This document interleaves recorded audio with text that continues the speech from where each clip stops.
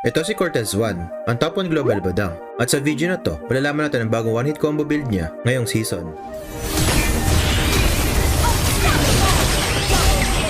Explain badang ang gamit niya at sa game na to, kalaban niya sa lane ay Beleric. Kaya mas importante makuha niya agad ang DHS para magkaroon siya ng damage laban dito. Mahilig niyang gamitin yung ultimate niya para mag-clear ng creeps at pabilisan ang kanyang farm dahil medyo mabilis lang ang cooldown nito. Pagkatapos naman niya makuha yung DHS, nag-i-invade siya sa kalabang red para i-steal ito at tinatago niya to sa damo. Para kung masaktuhan niya papunta yung kalabang core, pwede niya itong gulatin sa damo gamit ang full combo niya. Para sa second core item, Corrosion Sight ang binibili niya dahil malaking tulong ang slow nito sa ultimate niya. Para kahit hindi perfecto yung pag-combo niya ng skills, basta mapataman yung ultimate niya, mahihirapan yung kalaban makaalis dahil sa passive ni Badang at slow ng Corrosion Sight. Pero kung sa Smile 1 kayo magre-recharge, hindi kayo mahihirapan. Dito kasi pinakamurang recharge store kahit ikumpara nyo pa sa iba. At para mag-recharge, punta lang kayo sa profile ko. Ang full item build na gamit niya ay Demon Hunter Sword, Corrosion Sight, Rapid Boots, Sea Halberd, Blade of Despair, at Blade of Heptasis.